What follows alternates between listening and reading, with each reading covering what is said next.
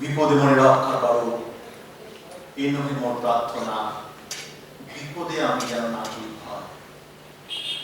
আমার তুমি করিবে ত্রাণ, এ নহে মোর প্রার্থনা, তরিতে পারি শপথি যেন রয়। অন্তর মম বিকশিত করো, অন্তর তরকে নির্মল করো, উজ্জ্বল করো, সুন্দর করো হে। যুক্ত করো হে সবার সঙ্গে, মুক্ত করো হে বন্ধ, সঞ্চার করো সকল কর্মে, শান্ত তোমার ছন্দ। যাক আরো একবার, মৃত্যু নয় যে নিদ্রা তব, জাগরণে পুনঃ সঞ্চারিতে নবীন জীবন। আর উচ্চ লক্ষ্য ধ্যান করে প্রদানিতে বিরাম পঙ্কজাতি যুগে। হে সত্য, তোমার তরে হে প্রতীক্ষায় আছে বিশ্বজন, তব মৃত্যু নাই কদাচন। চলো অন্ধকারে হে বীর হৃদয়, সবটুকু শক্তি সাথে রয়ে কর্ম নষ্ট নাই হবে, কোন চেষ্টা হবে না বিফল। এ দুর্ভাগ্য দেশ হতে এ মঙ্গলময় দূর করে দাও তুমি সব তুচ্ছ ভয়। মঙ্গল প্রভাতে মস্তক তুলিতে দাও অনন্ত আকাশে, উদার আলোক মাঝে উন্মুক্ত বাতাসে। ক্ষুদ্র আমি, তুচ্ছ আমি, জানি আমি ভাবি বনস্পতি, বৃষ্টির মাটির রসে পাই আমি তারই সম্মতি।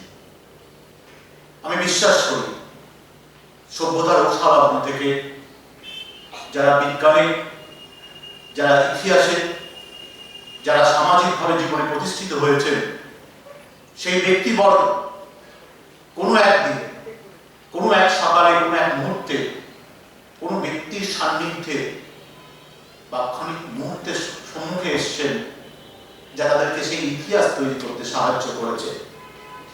আমি বিশ্বাস করি আজকে যারা এখানে ছাত্রছাত্রীরা রয়েছে, তারা আগামী দিনে ছোট্ট যে ইতিহাস, সেই ছোট্ট ইতিহাস জীবনে প্রতিষ্ঠিত হওয়া, সরকারি চাকরি পাওয়া, আজকে সেই মুহূর্তটি হোক সেই মুহূর্ত যা তোমাদের আগামী দিনে সেই ইতিহাস তৈরি করতে অনুপ্রাণিত করবে, সেই ইতিহাস লিখতে সাহায্য করবে। তাই আমি আশা রাখি আজকের ভাবনা, আজকের চিন্তা আমরা কিন্তু সে নিয়ে আলোচনা করব, যা আগামী দিনে একটা ছোট্ট ইতিহাস আমরা লিখতে পারব। আমি বিশ্বাস করি দীর্ঘ ৩৫ বছর ধরে রাইসে যারা ছাত্রছাত্রীরা পড়তে এসেছেন, রেকর্ড করবেন না প্লিজ, রাইসে যারা পড়াশোনা করতে এসেছেন, তারা প্রথম দিন ভেবেছেন এই লক্ষ লক্ষ ছেলেমেয়ের মধ্যে আমি কিভাবে প্রতিষ্ঠিত হব। যত ক্লাসে গিয়েছে, 4 মাস, 5 মাস, 6 মাস, 10 মাস, 12 মাস, 2 বছর, প্রতিদিন 10 ঘন্টা 12 ঘন্টা পড়াশোনা করতে হয়, এনে বিভিন্ন রকমের প্রশ্ন এসছে মনে। আপনাদের মনেও আসবে, অনেকের মনে ভাবনা রয়েছে, দেখি না রাইসে গিয়ে চাকরিটা হয় নাকি। ওই যে একটু আগে বলছিলাম যে সেই যে ইতিহাস, যে ইতিহাস আমাদের আগামী দিনে তৈরি করতে হবে, লিখতে হবে, আজকের মুহূর্ত, আজকের ভাবনা সেই ইতিহাস লিখতে আমাদের সাহায্য করবে। আমরা যখন স্কুলে পড়াশোনা করি, কি ভাবনায় পড়াশোনা করি?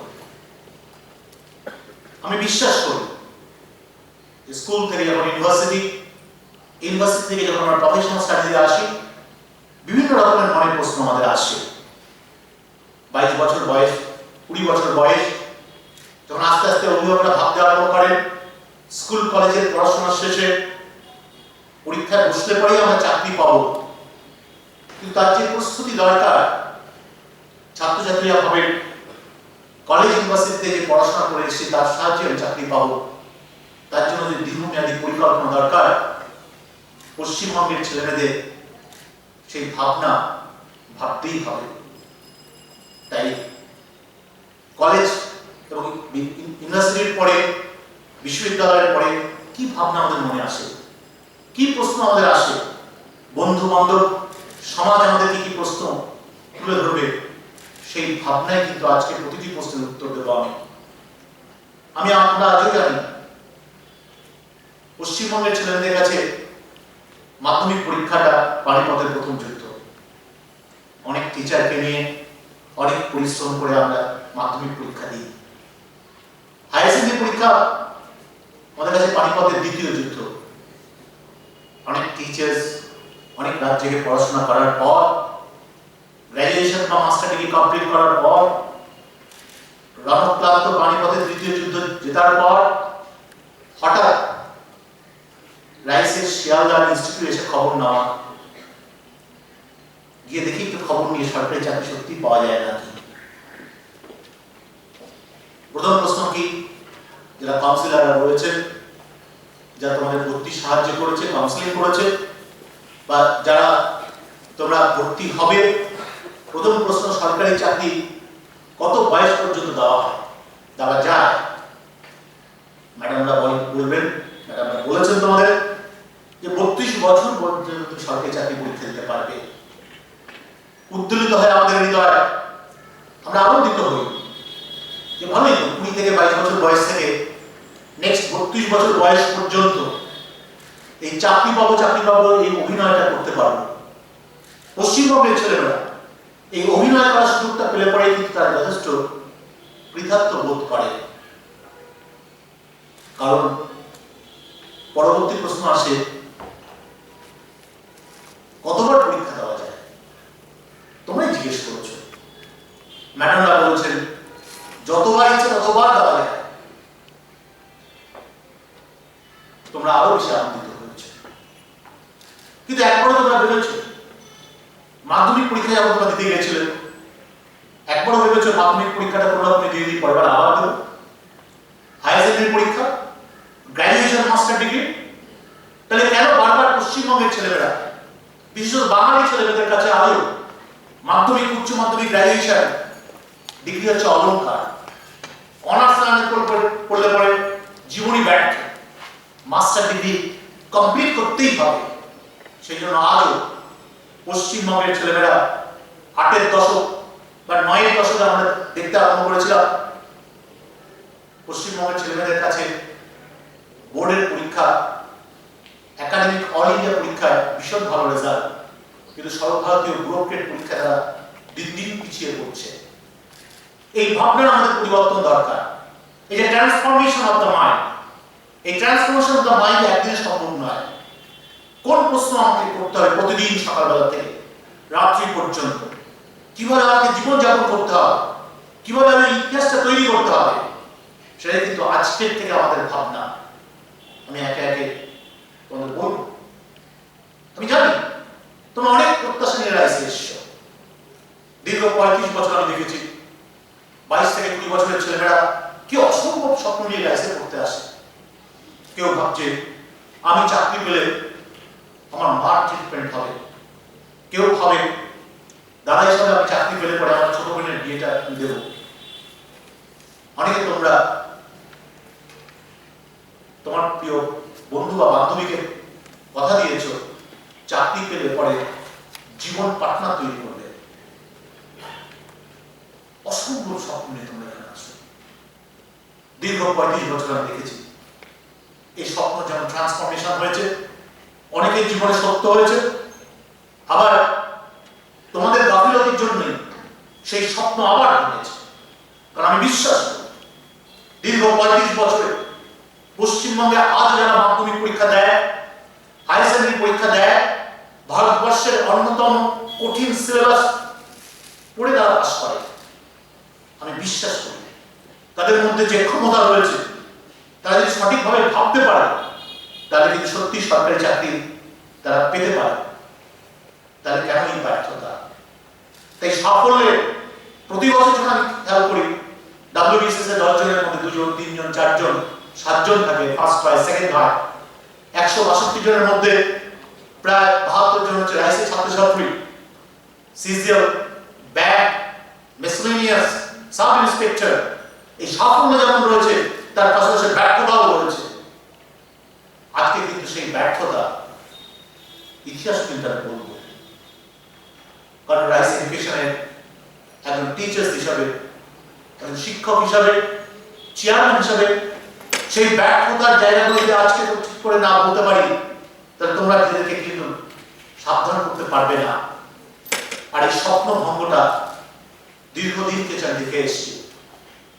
আজকে তোমাদের নিজেদের প্রতিজ্ঞাবদ্ধ হতে হবে, তোমাদের ভাবতে হবে যে আজকের পর থেকে আমার জীবনযাত্রা নেক্সট 2 বছর থেকে 2.5 বছর যে ছোট্ট স্বপ্ন তৈরি করার জন্য, ইতিহাস তৈরি করার জন্য আমি ভাবতে আরম্ভ করেছি, অন্য 10 জনের মতো কিছু আমার জীবনধারা হবে না, আমার প্রাথমিক জীবনযাত্রায় পরিবর্তন আসবে।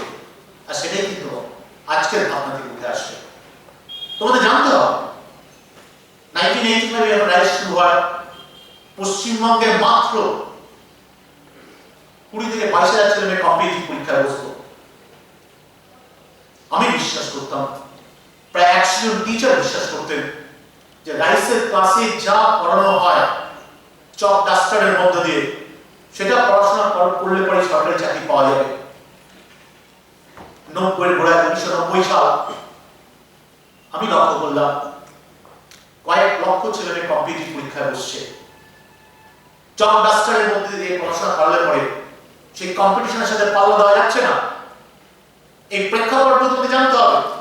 কেন আমরা বলি প্রতিদিন 12 ঘন্টা পড়াশোনা করতে হবে? কেন আমরা বলি 2 বছর ধরে 14 ঘন্টা পড়াশোনা করতে হবে?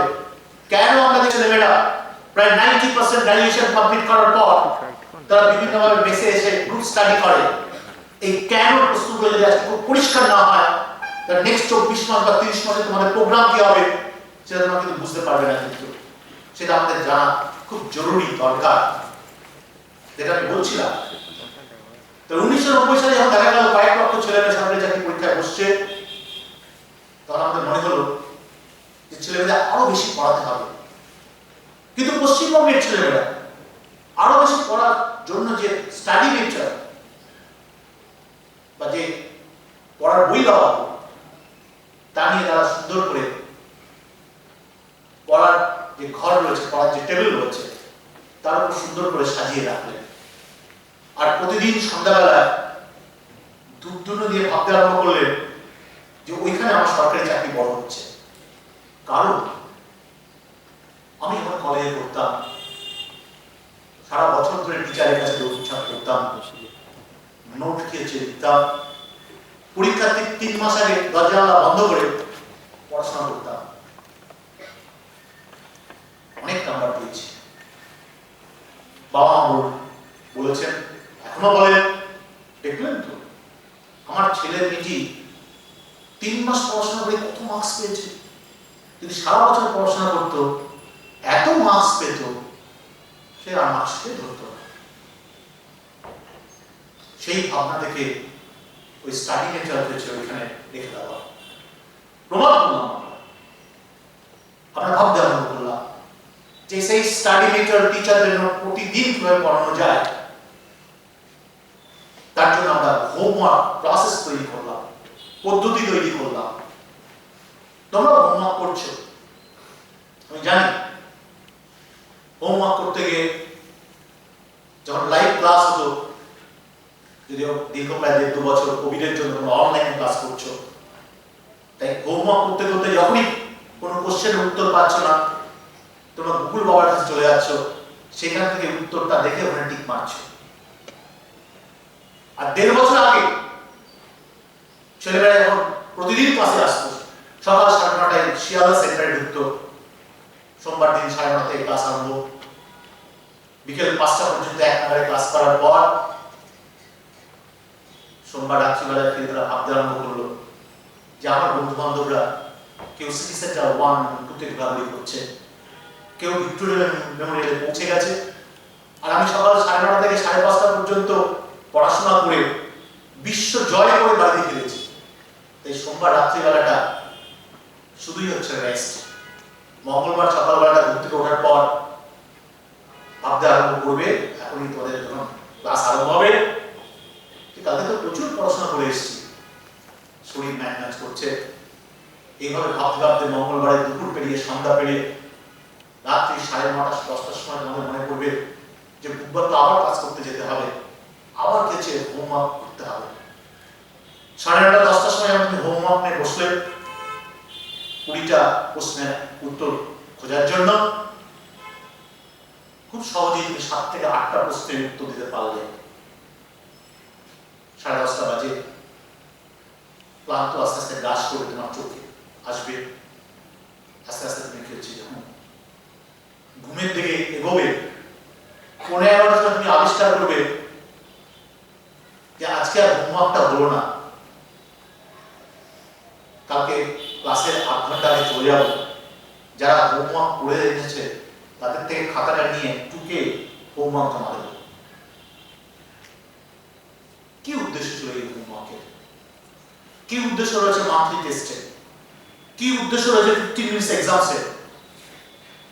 আর কিভাবে আমরা এই হোমওয়ার্ক টুকে মান্থলি টেস্টের সময় আমরা বিভিন্ন রকমের কার্যকলাপের মধ্যে দিয়ে শুধুমাত্র 120 নাম্বার পাওয়াটাই আমাদের লক্ষ্য। তাহলে প্রতিদিনের এই ব্যর্থতার বিষ যদি আমরা আমাদের দেহে প্রবেশ করে নিই, তাহলে আমরা ব্যর্থ হব না তো কে ব্যর্থ হবে? কি উদ্দেশ্য ছিল সেই হোমওয়ার্কের? হোমওয়ার্কটা এত সুন্দরভাবে আমাদের তৈরি থাকে যে 20টা প্রশ্নের মধ্যে 4 থেকে 5টা প্রশ্ন ছিল স্টাডি মেটেরিয়াল থেকে। তাহলে ওই স্টাডি মেটেরিয়ালটা যদি আমার পুরো পড়া থাকতো, তাহলে 4 বা 5টা প্রশ্ন খোঁজার জন্য করতে গিয়ে অন্তত 2000 প্রশ্ন আমি পড়ে নিতে পারতাম। ওই হোমওয়ার্কে 4 থেকে 5টা প্রশ্ন ছিল টিচাররা ক্লাসে যা পড়িয়েছেন তার থেকে। ওই 4-5টা প্রশ্নের উত্তর খুঁজতে গিয়ে টিচারের নোটটা পড়তে গিয়ে আরো আমি 2000 প্রশ্ন বা 1000 প্রশ্ন পড়ে নিলাম। হোমওয়ার্কে অন্যান্য প্রশ্ন খোঁজার জন্য, পড়ার জন্য ইভেন রেফারেন্স বুকস এবং সেই চ্যাপ্টারের নামও কিছু সার্টিফিকেটে থাকে। সেই বাকি 10টা প্রশ্ন যদি খুঁজতে গিয়ে আমি সেই রেফারেন্স বইটা পড়ি, আরো 2000 প্রশ্ন আমি পড়বো। তাহলে এই যে 20টা প্রশ্ন পড়ার পেছনে 6 থেকে 8000 প্রশ্ন আমি পড়িয়ে নিলাম। তোমার ভাগ্য যদি খারাপ হয় 20টা প্রশ্নের মধ্যে একটি প্রশ্ন আসবে না, কিন্তু বাকি 6 থেকে 8000 তুমি যে প্রশ্ন পড়ে নিয়েছো, একটি প্রশ্ন কিন্তু তার বাইরে থাকবে না। তাহলে ভাবনাটা কি? ভাবনাটা হচ্ছে হোমওয়ার্ক করা মানে এই নয় গুগলের কাছে গিয়ে প্রশ্ন জিজ্ঞেস করা। হোমওয়ার্ক মানে এই নয় যে বন্ধু থেকে হোমওয়ার্কটা নিয়ে টুকে জমা দেওয়া। এর পেছনে একটা সায়েন্স রয়েছে, এই ভাবনা রয়েছে। যারা প্রথম দিন থেকে এই কাজগুলো করবে তারা অফকোর্স ব্যর্থ হবে। সেই জন্য পশ্চিমবঙ্গের ছেলেমেয়েরা স্কুল কলেজের পড়াশোনায় পরীক্ষায় ভীষণ ভালো, কিন্তু সর্বভারতীয় পরীক্ষা ক্ষেত্রে তারা একটু ব্যর্থ। আস্তে আস্তে কি হচ্ছে, চিত্রপট পরিবর্তন হতে আরম্ভ করলো। রাইসের বেশ কিছু ছেলেমেয়ে 30% 40% ছেলেমেয়ে বিশ্বাস করতে আরম্ভ করলো প্রথম দিন থেকেই যে হোমওয়ার্কের পেছনে সায়েন্স রয়েছে। হোমওয়ার্কের পেছনে আমাকে এই যে 12 ঘন্টা পড়তে হবে, 14 ঘন্টা পড়তে হবে, এই যে কথাটা বলা হয় তার যে প্রসেস, সেই প্রসেসের সাথে এটা কানেক্টেড আছে। তাহলে আজকের থেকে কিন্তু তোমরা যখন হোমওয়ার্ক করবে তখন কিন্তু তোমরা গুগলের কাছে গিয়ে বা তোমার বন্ধু বান্ধবের থেকে হোমওয়ার্কটা নিয়ে কখনো কিন্তু টিক মারবে না। কিন্তু আমি জানি তোমাদের প্রথম দিকে কষ্ট হবে, অনেক বেশি সময় দিতে হবে। ভারতবর্ষ এমন একটি দেশ যে দেশে চাকরি পাওয়াটা কঠিন। ব্রোকারের চাকরি পাওয়া 2 থেকে 2.5 বছর পরিশ্রম করতে হয়, 12 থেকে 14 ঘন্টা পরিশ্রম করতে হয়। কিন্তু তুমি একটা চাকরি পেয়ে যাও, 9:30টার অফিস যদি তুমি 11টাতেও যাও, 6টার অফিস যদি 3টের মধ্যে বাড়িতে আসো, যদিও এখন সম্ভব হয় না, কারণ কেন্দ্রীয় সরকার এবং রাজ্য সরকারের অনেক প্রাক্তন ছাত্রছাত্রী এখানে এসছে সম্বোধনা নিতে। ওরা বুঝতে পারছে যে সিরিয়াসলি এখন কাজ করতে হয়। তুমি যদি অন্যায় কিছু না করো তাহলে তোমার চাকরিটা কিন্তু যাবে না। 40 বছর 30 বছর তুমি একটা নিশ্চিন্ত জীবনযাপন করতে পারো। তাহলে সেই জন্য এই 2.5 বছর, এই 3 বছর 2 বছর তোমাকে কিন্তু একটু অন্য ধরনের ভাবনা চিন্তার মধ্যে নিজেকে প্রবেশ করাতে হবে। তাহলে আজকের পর থেকে আমরা সবাই সিদ্ধান্ত নেব যে হোমওয়ার্ক কিন্তু আমরা ওই পদ্ধতিতে করবো না। আমরা ভাবলাম ছেলেমেয়েদের প্রতিদিনের পড়াশোনাটা রিভিউ করা দরকার। 15 মিনিটসের এক্সামস আগে হার্ড কপিতে হতো, এখন আমরা সফট কপিতে করবো। আমরা অন্যরকম ভাবছি কিভাবে তোমাদের আরো এনগেজ করা যায়। উদ্দেশ্য 15 মিনিটসের এক্সামস ক্লাসের আগে 15 মিনিটসের এক্সাম হচ্ছে 15টা কোশ্চেন অ্যান্সার করতে হবে। আগের দিনে যে ক্লাসে টিচার যা পড়িয়েছে, স্টাডি মেটেরিয়ালে যা আছে তার থেকে সেই কোশ্চেনগুলো তৈরি করা হয়। কোশ্চেন পাওয়ার পরেই তুমি ডান দিক থেকে তাকিয়ে দুটো কোশ্চেনের টিক মেরে দিলে, বাদিকে তাকিয়ে আরো 4টে দিয়েছে কোশ্চেন টিক মেরে দিলে, পেছনের ঘাট ঘুরিয়ে আরো 2টো টিক মারলে, অন্তত 15টার মধ্যে 10 থেকে 12টা ডান দিক বাদিক জয়েন্ট কোলাবোরেশনে টিক মেরে ভাবলে বা আত্মা শান্তি পেল। উদ্দেশ্য এটাই। উদ্দেশ্য হচ্ছে যে যখনই তুমি নিজে প্রশ্নের উত্তর দেবে, নিজে দেখার চেষ্টা করবে কত পার্সেন্ট তুমি অ্যান্সার করতে পারছো। তাহলে যদি মনে হয় যে 50% অ্যান্সার করেছো, 70% পাওয়ার জন্য কিভাবে পড়াশোনা করতে হবে, আরো দ্রুত প্ল্যান করতে হবে, সেই শেখাটা আস্তে আস্তে কিছু তোমার মধ্যে ডেভেলপ করতে হবে। আর যদি মনে হয় আমি লেস দেন 50% পেয়েছি, তাহলে এই যে দুর্বল জায়গাটাকে প্রথম দিন টিচারকে জিজ্ঞেস করতে হবে কিভাবে প্ল্যান করা যায়, কোর্স কোঅর্ডিনেটরকে জিজ্ঞেস করতে হবে, এবং আমরা যে ধরনের আলোচনাগুলো করব সেই আলোচনার যে পদ্ধতিগুলো বলবো সেই পদ্ধতিগুলোকে পুঙ্খানুপুঙ্খভাবে কিন্তু আমাদের ফলো আপ করতে হবে। তাহলে কিন্তু ওই 15 মিনিটসের এক্সাম আমাদের ভালো হবে। মান্থলি টেস্ট, সেই মান্থলি টেস্টে প্রথম মান্থলি টেস্ট তোমরা দিয়েছো, অনলাইনে তো হয়েছে, কিন্তু এখন আবার আমরা ক্লাসরুমে মান্থলি টেস্ট নাও আরম্ভ করব। অনলাইনে যখন পরীক্ষা হয়েছে, ওয়েস্ট বেঙ্গল সারা ভারতবর্ষে স্কুল পরীক্ষার্থী ক্লাস 2 থেকে আরম্ভ করে 12 পর্যন্ত যা করেছে তোমরাও তাই করেছো।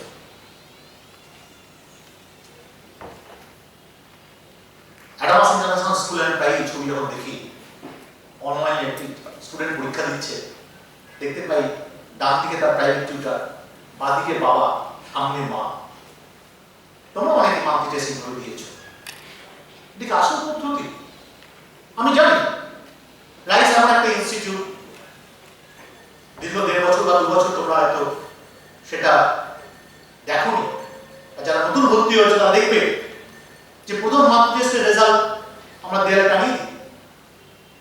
200-এর মধ্যে হয়তো তুমি 30 পাও। পরের দিন ক্লাসে তোমরা জিজ্ঞেস করবে টিচারকে, স্যার কত পেলে পরে আমি একটা সরকারি চাকরি পেতে পারি? টিচার বলবেন 100 পেতে হবে। তুমি ক্যালকুলেশন করতে বসো। 22 বছর পড়াশোনা করে 22 বছর পর্যন্ত পড়াশোনা করার পর 200 তে 30, 100 পেতে হবে, মানে 4 গুণ পেতে হবে। 22 × 4 88 বছরের আগে সম্ভবই না। আর রাইস সব মার্কস টানিয়ে দেয় দেয়ালে। সেটা দেখেও তো বন্ধু বান্ধবদের মধ্যে একটু নিজের মান সম্মানে একটু আঘাত করছে। যে ভেবেছিল তুমি জীবনে ভীষণ প্রতিষ্ঠিত হবে, 30 থেকে আশপাশে বন্ধু বা বান্ধবী যারা রয়েছে সব আস্তে আস্তে কেটে পড়ছে, এর দ্বারা কিছু হবে না। পরের মান্থলি টেস্ট থেকে বসে আমরা প্ল্যান করলাম, তুমি জিকেতে ভালো, তুমি আগে জিকে ঠিক মারো, আমি ম্যাথসে ভালো, আমি ম্যাথস ঠিক মারো, আর ইংলিশে আরেকজন সামনে ভালো। এবার কি হচ্ছে, 3 জনে মিলে একসাথে ঠিক মেরে তারপর পরীক্ষা খাতে জমা দেবো। পরের পরীক্ষা থেকে আমি 110, 120, অথবা আমি যদি মেসে থাকি, সেই মেসে কোনো সিনিয়র রাইসে পড়াশোনা করেছে, দাদা বাবি দাদের কাছে জিজ্ঞেস করলাম, এই রাইসের যে কোশ্চেনগুলো সেট হয় ওই কোশ্চেনগুলো আমাকে দাও। তুমি আগের থেকে পড়ে এসে কিছু কোশ্চেন তো কম পাবে, কারণ ওটা সিলেবাস ভিত্তিক পড়াশোনা, ক্লাস ব্রেকআপ, সাবজেক্ট অনুসারে পড়াশোনা। আর তুমি ওইখানে 140 পেয়ে গেলে, আমরা ভাবলাম তুমি সরকারি চাকরি পরীক্ষা দিয়ে এগোচ্ছ, তুমি ভাবতে আরম্ভ করলে বাহ আমি কত বুদ্ধিমান, বুদ্ধিমতী, যা আগের থেকে দেখে নিয়ে গিয়ে আমি পরীক্ষা বসেছি। তাহলে পশ্চিমবঙ্গের ছেলেমেয়েরা ব্যর্থ হবে না তো কে ব্যর্থ হবে? প্রতিদিন এই যে ব্যর্থতা বিষ, যে এডুকেশন প্রসেস অল ইন্ডিয়া পরীক্ষায় ভালো রেজাল্ট করতে সাহায্য করে, প্রতিদিন আমরা কিছু নষ্ট করে দিচ্ছি। তাই তোমাদের আমার সাবধান করা দরকার, দায়িত্ব, যে এই জিনিসগুলো করা যাবে না। কিন্তু তাহলে হোমওয়ার্ক প্রতিদিন যে ডিপেন্ডেন্টলি করতে হবে। মান্থলি টেস্ট আমি 30 পাবো, আরো পড়াশোনা করবো। সেকেন্ড মান্থলি টেস্ট আমি 40 পাবো, থার্ডে গিয়ে আমি 55 পাবো, তারপরে 55 থেকে 60-এ যেতে আরো 4 মাস লাগবে। আবার আমি 80-তে পৌঁছে দেখবো কিছুতেই আর বাড়ছে না। 12 মাস থেকে 14 মাস পড়াশোনা করার পর দেখবো এটা 90, 110, 112, 120-তে গিয়ে পৌঁছেছে। তুমি যদি ইন্ডিপেন্ডেন্ট রাইসের মান্থলি টেস্টে 120 পেতে পারো 200-এর মধ্যে, তাহলে আপনি ভারতবর্ষের যে কোনো সরকারি চাকরি পরীক্ষাতে পাস করবে। এই যে কনফিডেন্স, এই কনফিডেন্সটা অর্জন করা কিন্তু ভীষণ দরকার। আর এই জন্যই আমরা বলি যে এইভাবে আমাদের পড়াশোনা করতে হবে। আমি খুব আশ্চর্য হয়ে যাই, তোমরা যখন দেখো সরকারি চাকরি দেওয়ার ক্ষেত্রে 30 বছর বা 32 বছর পর্যন্ত দেওয়া যায়, তোমরা আনন্দ দেখে আমার খুব ভালো লাগে যে পশ্চিমবঙ্গের ছেলেমেয়েদের যদি কোনো গভর্নমেন্ট এসে বলে যে এবার 32 না এবার 45 করে দাও, 45 বছর পর্যন্ত সরকারি চাকরি পরীক্ষা দেওয়া যায়, সবচেয়ে খুশি হবে আমার রাজ্যের ছেলেমেয়েরা যারা তোমরা এখানে বসে আছে। এরপরে সরকার এসে বলবে 45ও হচ্ছে না, এটা 55 করবে, 52 বছর বয়স, তখন তুমিও স্বপ্ন দেখছো আমি সরকারি চাকরি পাবো, পার্কে যাবে, বাদাম ভাজা খাবো, সিনেমা দেখবো। কারণ পশ্চিমবঙ্গের ছেলেমেয়েরা তো শুধু স্বপ্নকে আঁকড়ে যদি বাঁচতে চায়। কেন বিহারের ছেলেমেয়েরা স্কুল কলেজের পরীক্ষায় এত ব্যর্থ হয়েও সেখানে পরীক্ষা পদ্ধতির বিভিন্ন রকমের প্রশ্ন রয়েছে, কিভাবে ডিগ্রি পাওয়া যায়, তারপর তারা সর্বভারতীয় পরীক্ষা ক্ষেত্রে ভালো রেজাল্ট করছে কিভাবে? কারণ তারা জানে মাধ্যমিক, উচ্চ মাধ্যমিক, গ্র্যাজুয়েশন আমি করব, কিন্তু সবচেয়ে গুরুত্বপূর্ণ যে পরীক্ষাটা সেটা হচ্ছে কম্পিটিটিভ এক্সামস। 2 বছর, 2.5 বছর মেসে থেকে, আর তোমরা একদিন বয়স থেকে যে বাবা মার কোলে চেপে বসেছো, 22 বছর বয়স পর্যন্ত বাবা মার সান্নিধ্য ছাড়তে চাও না। আর বাবা মা আমাদের যখন তখন খবর নিচ্ছে, খাওয়া দাওয়া সবকিছু ভালোই হচ্ছে। প্রশ্ন করো নিজেকে যে এই পদ্ধতি থেকে ছোট্ট যে ইতিহাস, জীবনে প্রতিষ্ঠিত হওয়ার যে ইতিহাস আমি বলবো, তোমরা আজকে তো ভাবছো 20 থেকে 22 বছরের ছেলে মেয়ে, কি মূল্যবান জীবন। শব্দ পুজো গেল, কত রকমের ছবি তোমরা তুলেছো, ফেসবুকে দিয়েছো, প্যান্ডেলে ঘুরেছো, ডান দিক বাদিকে তাকিয়েছো, তোমার দিকে ডান দিক বাদিক থেকে অনেকে তাকিয়েছে, তুমি ভাবতে আরম্ভ করেছো কি মূল্যবান জীবন। বলবো অভিজ্ঞতা বলবো, তারপরে কি হয় তা আমি আজকে বলতে পারতাম তোমাদেরকে। তোমাদের চোখ দেখে, তোমাদের মুখ দেখে মনে হচ্ছে কেউ WBCS এ জয়েন করবে, কেউ ব্যাংকে জয়েন করবে, কেউ রেলে জয়েন করবে, কিন্তু আমি তো জানি এই পথটা অতিক্রম করতে কতটা কষ্ট করতে হয়। আর এই পথটা যখন চলতে হয়, একা চলতে হয়। যারা আজকে সম্বোধনা দিতে এসছে নিশ্চিত আমাদের জীবনের অভিজ্ঞতা বলবে। কোশ্চেন অবজেক্টিভ রাইস থেকে আগে যখন আমাদের ছেলেমেয়েরা ভর্তি হতো একটা ব্যাগ দেওয়া হতো, যার ব্যাগে থাকতো রাইস এডুকেশন। অনেক ছেলে মেয়েকে আমরা দেখেছি 2-3টে ক্লাস করার পরই ব্যাগ আনা বন্ধ করতো। আমরা বলতাম কি ব্যাগটা নিয়ে আসো না কেন? স্যার এই ট্রামে বাসে উঠলে পড়ে না সবাই জিজ্ঞেস করে ও রাইসে ভর্তি হয়েছো সরকারি চাকরির জন্য? এমন ভাবে তাকায় মনে হচ্ছে দিনের বেলা ডাকাতি করতে পেরেছি। কারণ পশ্চিমবঙ্গের সোসাইটি, সমাজ শুরু বোঝে ডিগ্রি থাকলে চলবে, এর জন্য যে 15 লক্ষ 16 লক্ষ ছেলেমেয়ের মধ্যে কমপ্লিট করতে হয়, পড়াশোনা করতে হয়, সেটা কিন্তু এখন সবাই আমরা ওয়াকিবহাল না হয়। সেই জন্য ব্যাগ আনাটাকে আমি ছেড়ে দিয়েছি। এখন বই নিয়ে এখন বাড়ি থেকে বেরোই, কেউ যখন জিজ্ঞেস করে কোথায় যাচ্ছ, বন্ধু বান্ধব আত্মীয় স্বজন, আমি একটু কলেজ স্ট্রিটে আছি বই কিনতে, আমি একটু লাইব্রেরিতে আছি।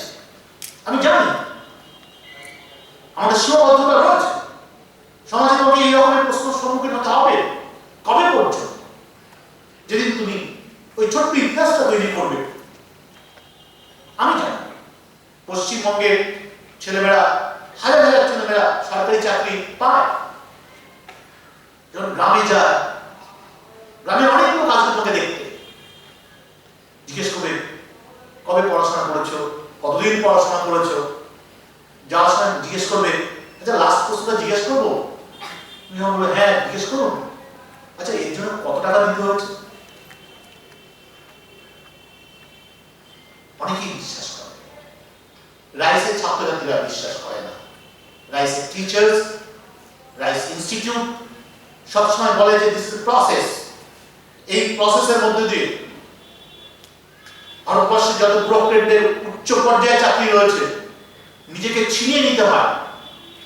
তুমি যদি কোনো ক্লার্ক বা তুমি যদি কোনো চতুর্থ শ্রেণীর চাকরির জন্য চেষ্টা করো, তাহলে সেই পদ্ধতি মাঝে মাঝে তোমাদের কানে আসতে পারে, তুমি নিরুৎসাহিত হতে পারো, কিন্তু সঙ্গে সঙ্গে প্রতি সপ্তাহে প্রতি মাসে এই কয়েকশো ছেলে মেয়ে এখন সর্বভারতীয় পরীক্ষায় চান্স পাবে, প্রতিদিন তাদের ছবি দেখতে পাবে। রাইস যখন ওয়েবসাইট বা বিজ্ঞাপন বেরোয় পেপারে, অনেকের মনে হয় যে আমরা ছাত্রছাত্রীদেরকে কোনো রকমে পরীক্ষার পাশের পর তারপরে কিনে নিয়ে আমাদের ছবি ছাপাই। দীর্ঘ 35 বছরে জানবে তোমরা যত ছেলে মেয়ের ছবি রয়েছে সব ছেলে মেয়ে কিন্তু 2 বছর 2.5 বছর পড়াশোনা করেছে। একটি ছেলে মেয়েকেও আমরা ওই পদ্ধতিতে আনিনি যে রিটেন টেস্ট দেওয়ার পরে পেপারে বড় বড় বিজ্ঞাপন যে ইন্টারভিউ ট্রেনিং দেওয়া হবে আর তখন তার অ্যাডমিট কার্ডের ছবি হস্তগত করে তার কিছু সাফল্যের জায়গা দেখানো। আজকে সর্বভারতীয় অনলাইন এক্সামস যারা অনেক নাম আছে বলেন, তাদের ওয়েবসাইটে গিয়ে দেখো 1.5-2 বছর হয়েছে তারা অনলাইনে পশ্চিমবঙ্গে সফল যে ছাত্রছাত্রী তাদের প্রায় 100% ছেলেমেয়েকে রাইসের ছাত্রছাত্রীদের ছবি তারা রেখে তাদের ওয়েবসাইটে। তো বুঝতে হবে যে রাইসটা কি, রাইস ইনস্টিটিউট কিভাবে 35 বছর ধরে এভাবে সফল ছাত্রছাত্রী তৈরি করেছে। তাহলে আজকের পর থেকে আমাদের বুঝতে হলো যে প্রতিদিন ক্লাসে আসতে হবে, প্রতিদিন হোমওয়ার্ক করতে হবে, প্রতিদিন মান্থলি টেস্ট প্রস্তুতি নিতে হবে, ক্লাস টেস্ট দিতে হবে, মক টেস্ট দিতে হবে, তাহলেই কিন্তু আমরা ওই জায়গায় পৌঁছতে পারবো। তোমাদের মনে প্রশ্ন আসে অনেক সময় যে স্যার প্রায়ই আমরা ভাবি গ্র্যাজুয়েশন মাস্টার ডিগ্রির পরে আমরা ব্রোকার পাবো, না সরকারি চাকরি চেষ্টা করবো, না কর্পোরেট হাউস যাওয়ার চেষ্টা করবো। আমি জানি তোমাদের অনেকেরই স্বপ্ন ছিল ডাক্তার ইঞ্জিনিয়ার হওয়ার। সত্যি আজ থেকে 40 বছর আগে রাইটার্স বিল্ডিং এ চাকরি করতেন তাদের মাইনা ছিল 1200 টাকা, কেন্দ্রীয় সরকারের মাইনা ছিল 3,500 টাকা। সেই সময় ডাক্তার ইঞ্জিনিয়ারদের বেতন ছিল 10-12 হাজার টাকা।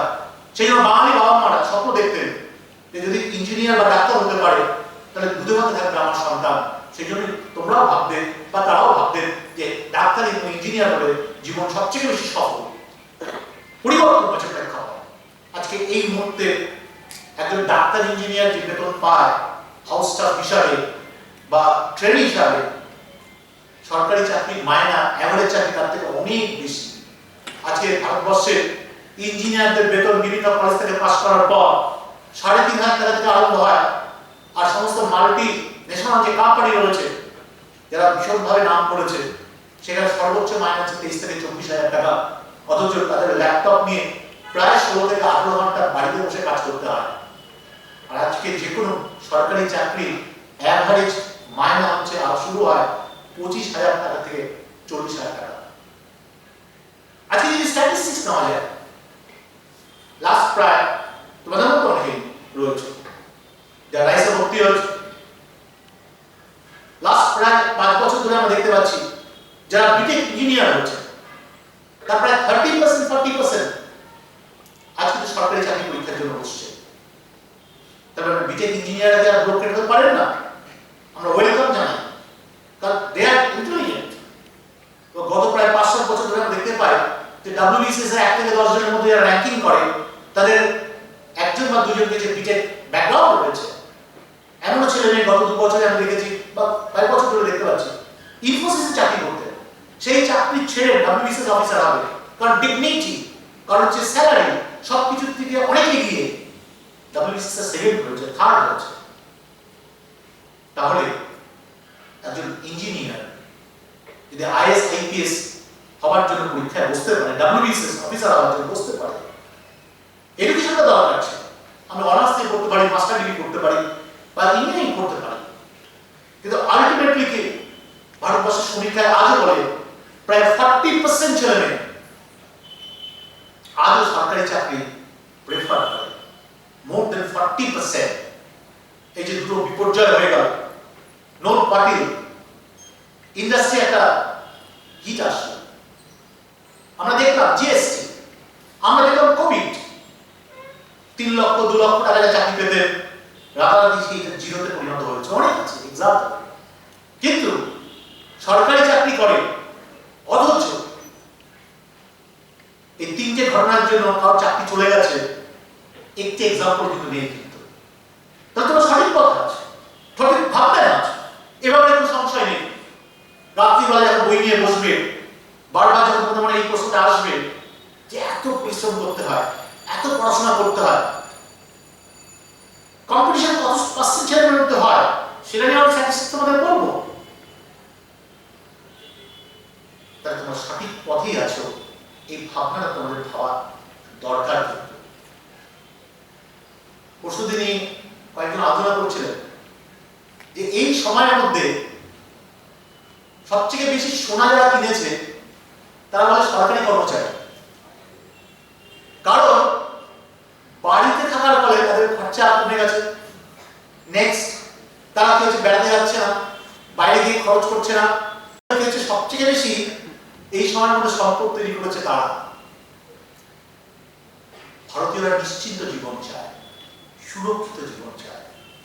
স্ট্যাটিস্টিক্স ভাবনায় কিন্তু ওই ডাক্তার ইঞ্জিনিয়ার হতে পারো না, কিন্তু WBCS অফিসার হতে পারো, রেলে চাকরি করতে পারো, ব্যাংকে করতে পারো, PSC তে করতে পারো, মাধ্যমিকে ফার্স্ট হতে পারো, সেকেন্ড হতে পারো, হায়ার সেকেন্ডারিতে প্রথম 10 জনের মধ্যে থাকতে পারো, কিন্তু তুমি 49% পেয়ে 45% পেয়ে WBCS এর ফার্স্ট হয়েছে, সেই ইতিহাসটা তৈরি করতে পারো। কারণ সেই এক্সাম্পল রাইসের ছাত্রছাত্রীদেরই রয়েছে।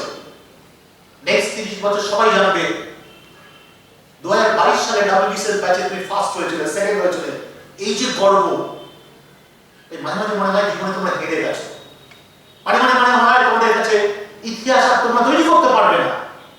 কিন্তু তার অনেক এক্সাম্পল রয়েছে যা তোমাদের অনুপ্রাণিত করবে।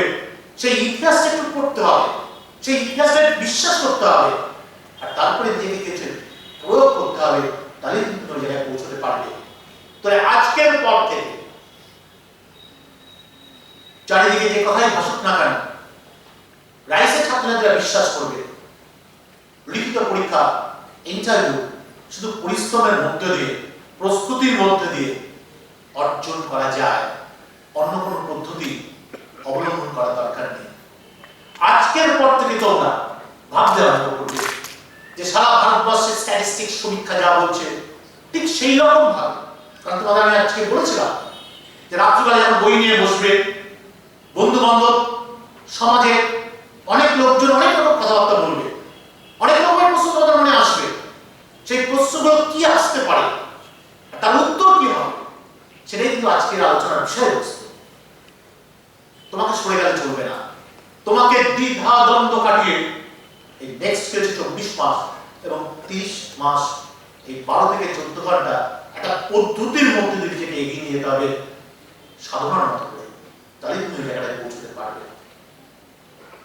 মাঝে মাঝে আমাদের মনে হয় যে ভারতবর্ষ কি চায়নার মতো মাল্টি ন্যাশনাল যে ইন্ডাস্ট্রি রয়েছে সেই ইন্ডাস্ট্রি দেশ। আমরা মাঝে মাঝে সাংহাই বা বিভিন্ন জায়গায় যে কলকারখানার কথা শুনি, আমরা মাঝে মাঝে হতাশ হই যে আমাদের দেশে কত এত ইন্ডাস্ট্রি হয় না কেন। কিন্তু হাজার বছর ইতিহাস কি বলে, তক্ষশিলা রমতার ইতিহাস কি বলে, ভারতীয়রা হচ্ছে পড়াশোনা করে, ভারতীয়রা ব্যুরোক্রেট হয়।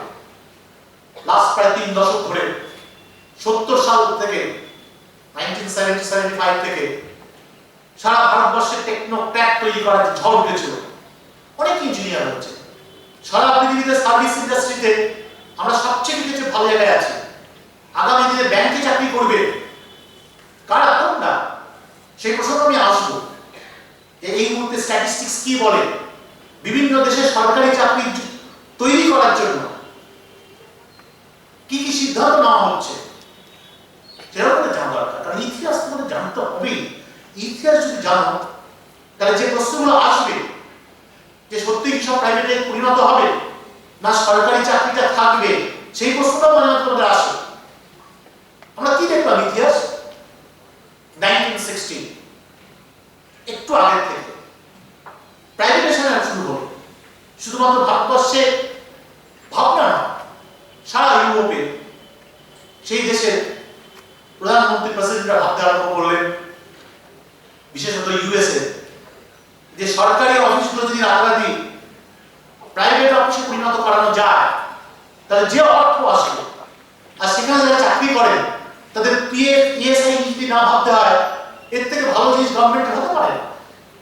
সেই ঝড় এসে পৌঁছলো ইউকে।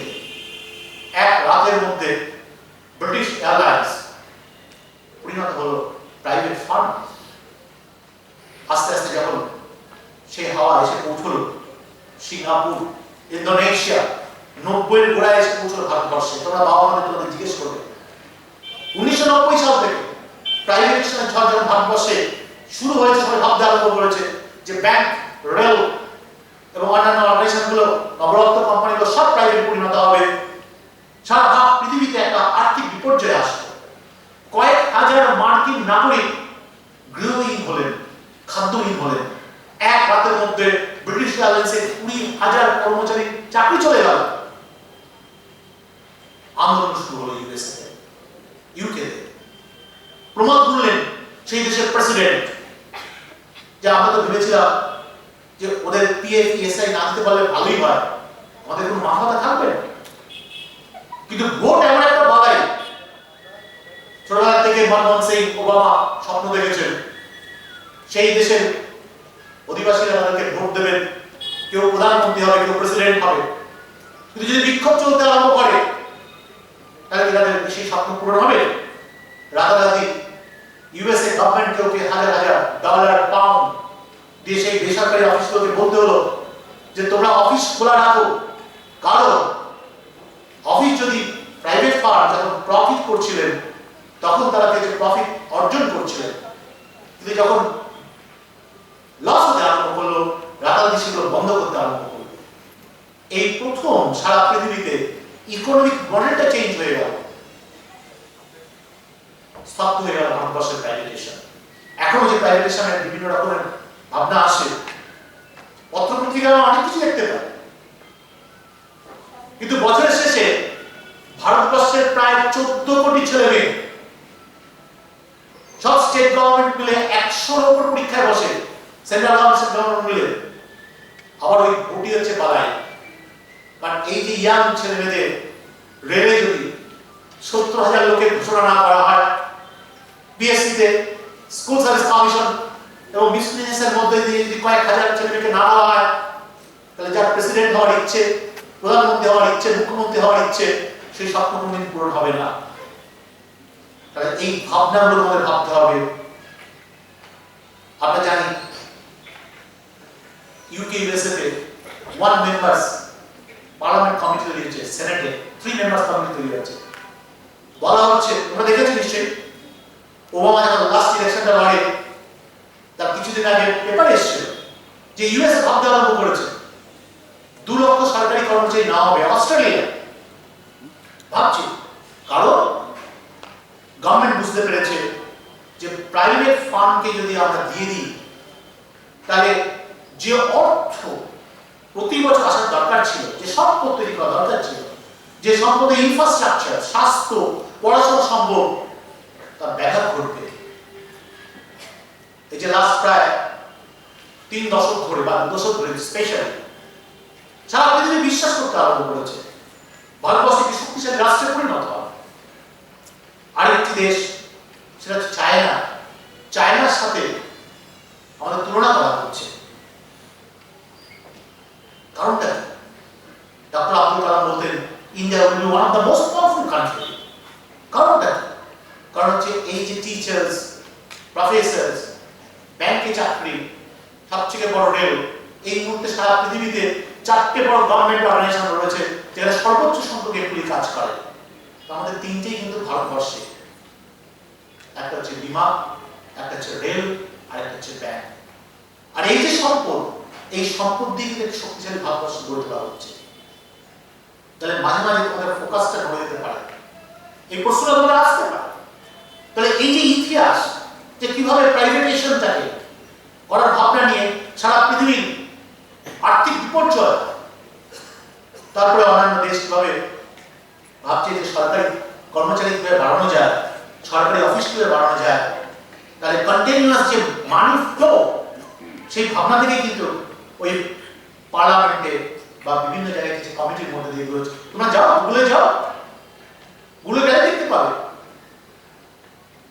এই আমরা বলি G16, G17 যে সম্মেলনগুলো হচ্ছে, যাও তোমরা গিয়ে দেখো, ওখানে লেখা হচ্ছে আগামী দিনে যে দেশ যত বেশি সরকারি চাকরির ব্যবস্থা করতে পারবে সেই দেশ সবচেয়ে বেশি শক্তিশালী হবে, লেখা আছে, দেখবে।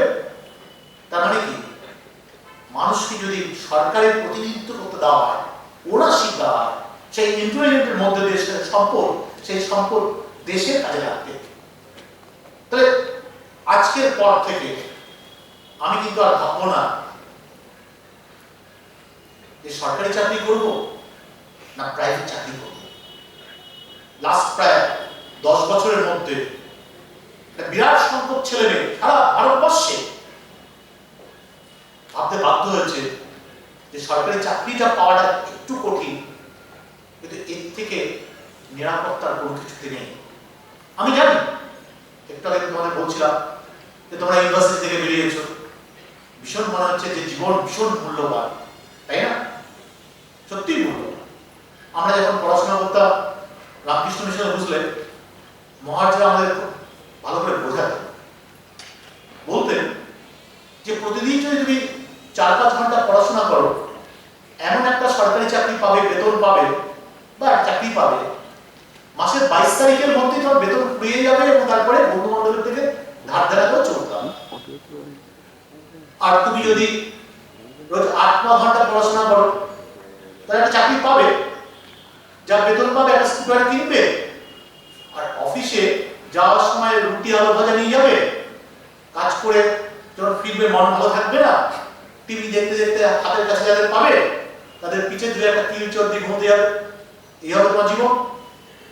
আর যদি রোজ 12 ঘন্টা 10 ঘন্টা পড়াশোনা করো, তাহলে তুমি একটা চাকরি পাবে, তোমাকে স্যার বলে ডাকবে, ম্যাডাম বলে ডাকবে, তোমার একটা সুন্দর বাড়ি হতে হবে, গাড়ি হতে পারে।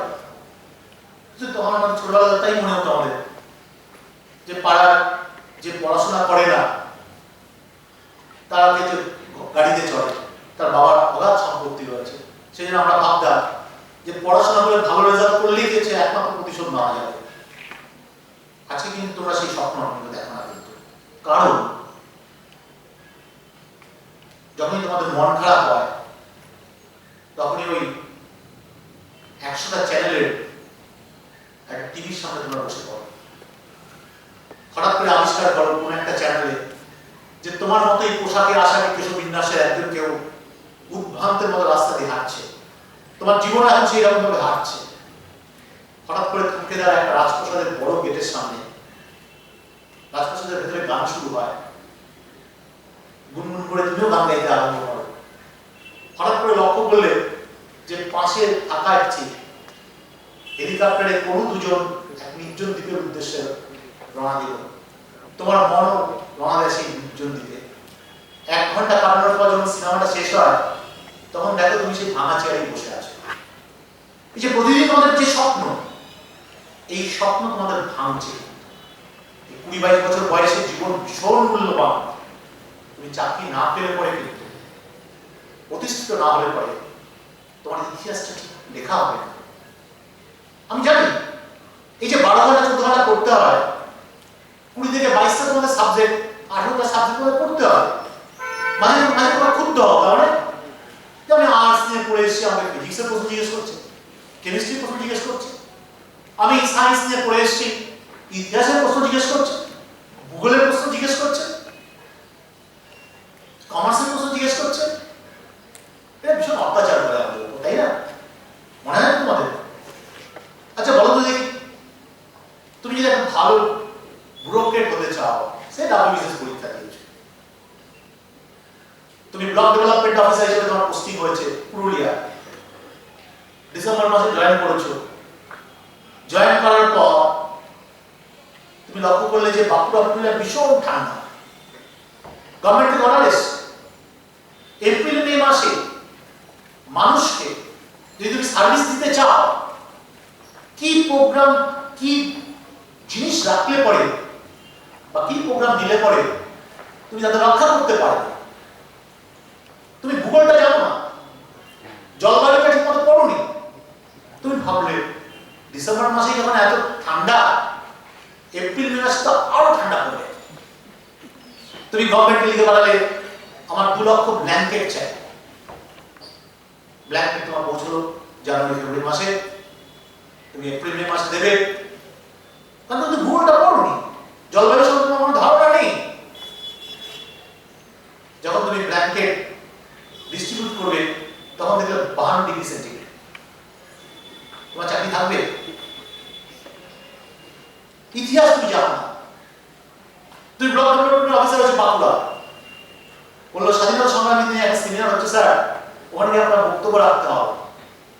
তুমি বলতে আরম্ভ করলে, আর এখান থেকে তো ক্ষুদিরাম জন্মগ্রহণ করেছে, এখান থেকে স্বাধীনতা আন্দোলন আরম্ভ হয়েছে।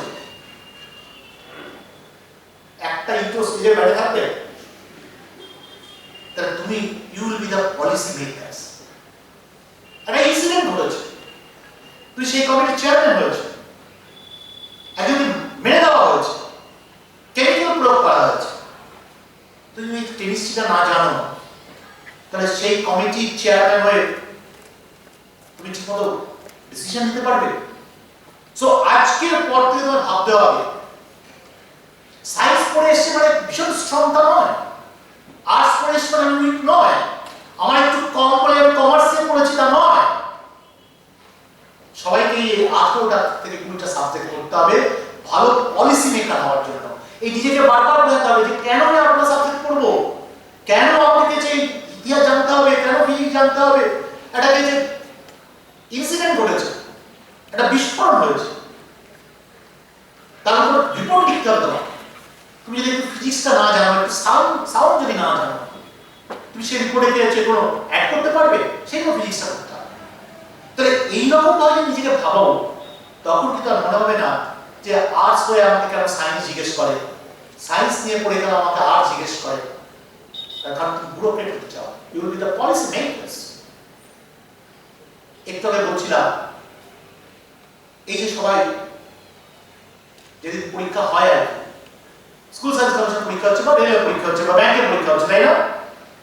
আগের দিন পেপারে কি বেরোয়, এবার প্রায় 12 লক্ষ ছেলে মেয়ে পরীক্ষা দিচ্ছে, বাস হয়ে গেল। আগে 12 লক্ষ ছেলে মেয়ের মধ্যে আমি কোথায় স্থান করি? আর যেদিন পরীক্ষা দিই সেদিন তো আরো ছবি পাল্টে গেল। যে বাসে তুমি উঠেছো সেই বাসের কন্ট্রাক্টর ড্রাইভার ছাড়া সবাই কিন্তু পিএসসি পরীক্ষা দিতে যাচ্ছে, সবাই রেলে পরীক্ষা দিতে যাচ্ছে। তোমার মনে লাগে আমার দ্বারা তো সম্ভব না।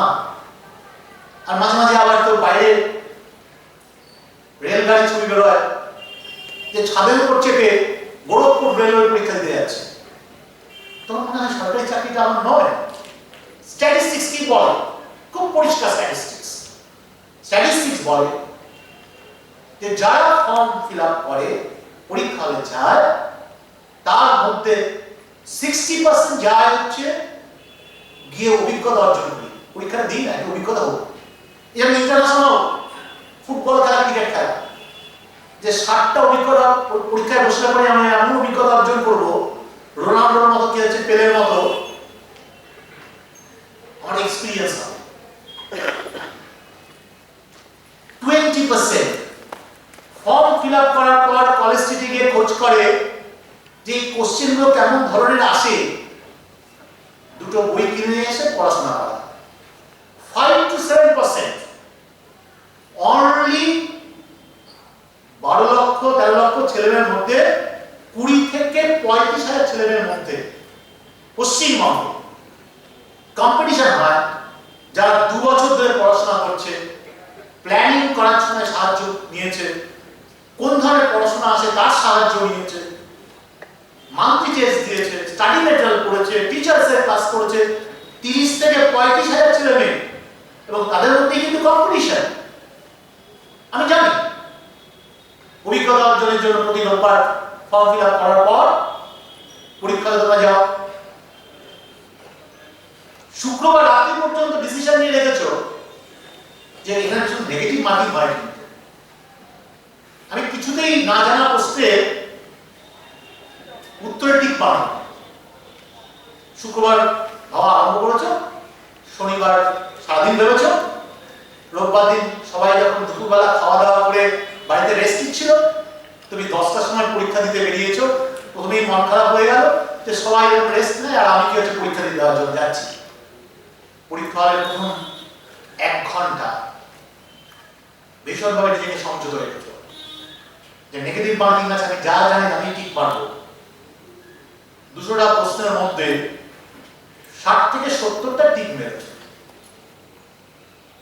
তখন ভাবতে আরম্ভ করলে যে এত কষ্ট করে রোববার দিন পরীক্ষা এসেছি, 60-70টায় উত্তর দিয়ে চলে যাবো।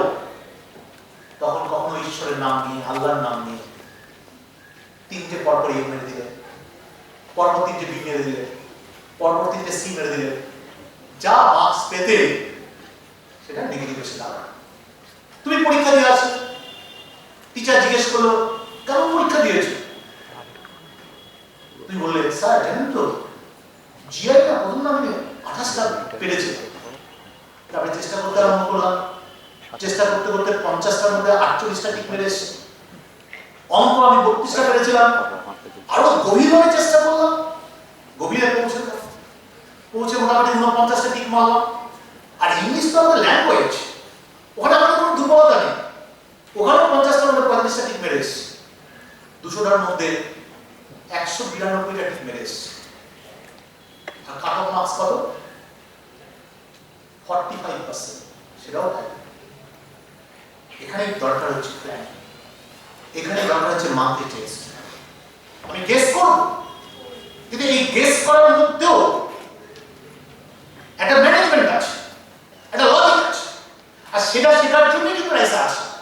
আর সেটা শেখার জন্য কিন্তু বিভিন্ন মানুষ যারা প্রস্তুতি নেয় তারা কিছু মেসে থেকে কম্বাইন পড়াশোনা করে বা কোনো না কোনো ইনস্টিটিউটে পড়াশোনা করতে যায়, কারণ তাদের কাছে মাধ্যমিক, উচ্চ মাধ্যমিকের থেকে তুমি মাধ্যমিকে ভালো রেজাল্ট করেছো, হায়ার সেকেন্ডারিতে ভালো রেজাল্ট করেছো, গ্র্যাজুয়েশনে ভালো রেজাল্ট করেছো, তুমি চাকরি পাচ্ছ না, সবাই দেখিয়ে বলবে, কারণ তাও তোমাকে শর্মিষ্ঠা অথবা কি হচ্ছে পরিমল করে ডাকে না, 3 অক্ষরের একটা পদবি দিয়ে দিয়েছে যে দেখো ও মাধ্যমিক পরীক্ষায়, হায়ার সেকেন্ডারি পরীক্ষায় ভালো ছিল কিন্তু এখন কিছুই করতে পারলো না, তোর নামও ভুলে গেছে, উপাধি দিয়েছে তোমাকে। আর যে 50% মার্কস পেয়েছে, সে 2.5 বছর পরিশ্রম করে একটা চাকরি পেয়েছে, সেও বলে, সবাই বলে যে তোমার থেকে ভালো ছাত্রছাত্রী আর কেউ ছিল না। তাহলে এই যে আমাদের অহংকার, অনার্স নিয়ে পড়ে এসেছি, মাস্টার ডিগ্রি নিয়ে পড়ে এসেছি, ভালো কলেজে পড়াশোনা করে এসেছি, কম্পিটিটিভ এক্সামসে এই সায়েন্স কাজ করে না। কেন করে না? সেটা একটা বিজ্ঞান, সেই সায়েন্সটা সম্বন্ধে তোমাদের জানতে হবে। তাহলে তোমাদের মনে হবে যে কেন আমরা 12 ঘন্টা 14 ঘন্টা কথা বলছি, কেন এই এক্সারসাইজটা দরকার।